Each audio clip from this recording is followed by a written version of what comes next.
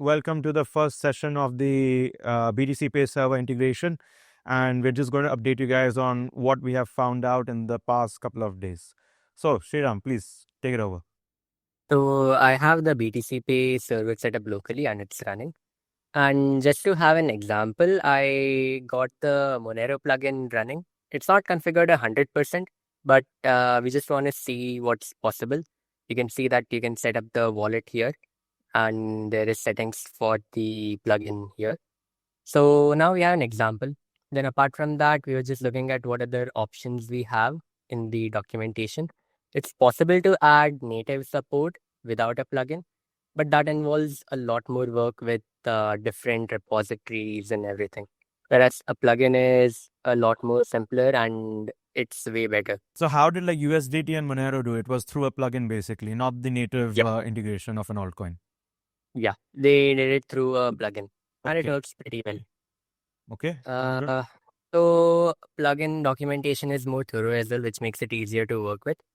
And they basically have a plugin template that we can use to get started with it. And I've made a repository for us to get started with it.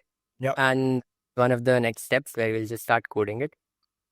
Apart from that, after going through the docs, they have the BTC Pay Server is built to support plugins such as they have different hooks within UI to extend the UI, which we can use to add a section for Nano wallet and everything. Okay.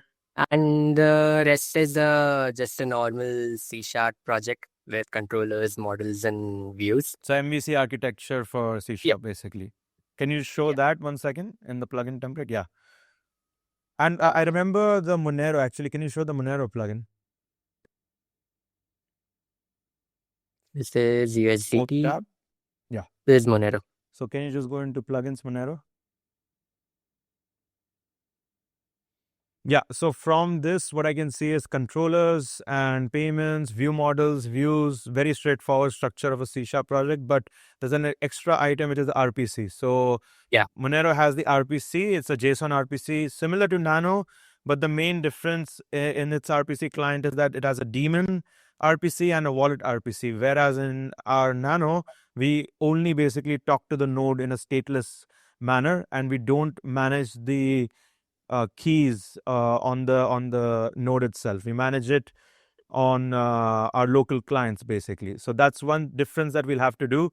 But clearly we can see that these people have already done the RPC as a module inside of the C# project, and it's pretty straightforward, honestly. If you go inside the RPC folder, can you go into that 1 second? Can you go to the models? Yeah, so basically the request that happened, creation of the request and the response as well, it's clearly set over here. All the models are very clearly set over here. So extremely similar, like get account info or get account balance or process block. The exact models will be able to basically transfer on towards the Nano plugin, right? Yeah. Okay, So that's basically it. The next steps are just understanding, looking at the code repositories in the template and just mapping out what exactly we need to implement and just build it. Okay. Can you explain to me one thing? How did we install the BTC Pay Server? Was it through Docker or the standalone installation? How did we do it?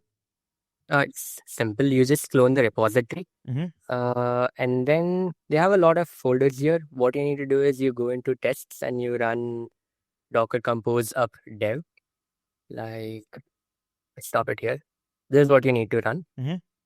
Then in a separate terminal, you go into BTC Pay Server folder and you run this .NET run, and then you choose a specific configuration and a profile. And that's basically it. It will run in localhost 1412. And you'll be able to see this. Not sure why it's not. I stopped the server, that's why it's not running. But yeah, when you open it up for the first time, it will ask you to create an account where you can create an administrator account, and then it will immediately ask you to create a store as well. Okay. And once it runs, you'll see a dashboard like this. Got it. And what That's existing wallets were present? So I can see already Litecoin, Bitcoin, Liquid Tether. These are the items that are like the native altcoins, correct? Yeah. Native altcoins, and of course, Bitcoin is the main one that this was built for. And I can also see some other modules like invoicing, reporting. So whatever plugin we are building, basically, will be talking to these modules as well, right? Exactly. Yeah. Okay. What about extending the plugin with another plugin like Shopify? So I'm assuming the Shopify thing talks to the native layer of BTC Pay and not our plugin. So there's like the native layer of BTC Pay Server, and then there are plugins that are kind of just talking to that main the component in the middle, correct? So if a Yeah. Shopify plugin was there, it would basically create like, let's say, an invoice on ad hoc when a payment is going forward, and it's talking to the BTC Pay server's main module, right? Where the Yeah. Nano plugin that we'll be building also will kind of plug in, right, to that particular Yeah. module, correct? Yeah. That's how you Most say. probably we'll look into it more if there are any differences, but that should be how it works. Okay, got it. Now, one thing of my concern is that there are two ways to go about it. One is we let the person, like, we need to think of it from the end goal perspective. So at the end, we want a merchant to be able to self-host this, number one. Yeah. Then we want them to have two options. One is quickly just attach a URL of a public node, right?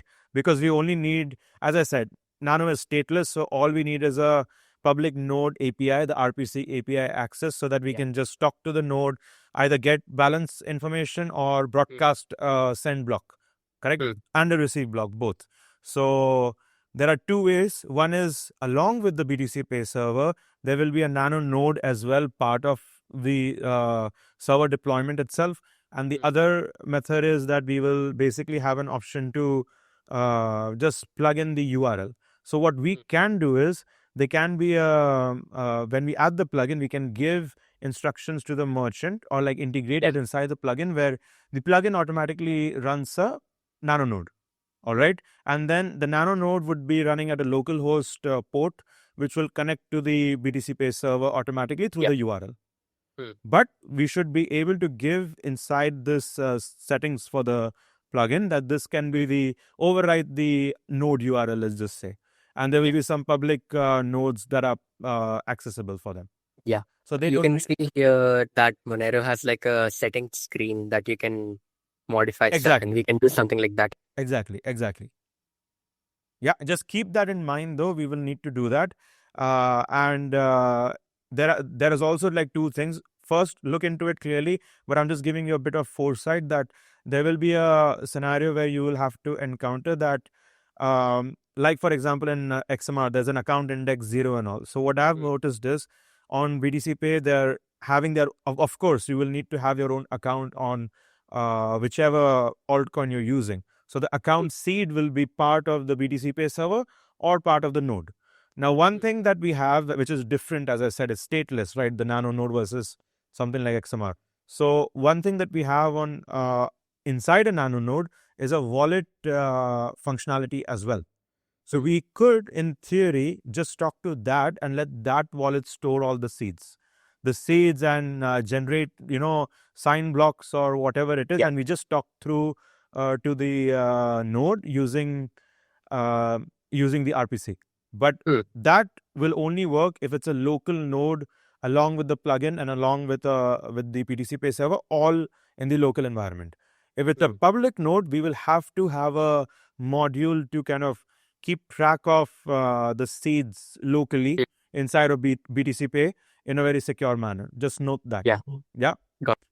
Because there might be something different than them, because what I have a feeling is that it's possible that they have, I read somewhere, I believe that they have like 3 to 4 accounts that they rotate according to whichever payment is currently coming through, or whichever invoice is live, it's mapped to a queue of accounts. And that one account is picked up from the queue and is placed for receiving the payments. Instead of how we are doing in Exonopay, where it is ad hoc account based on the seed index for each session. So that part, just double check how the existing plugins are doing.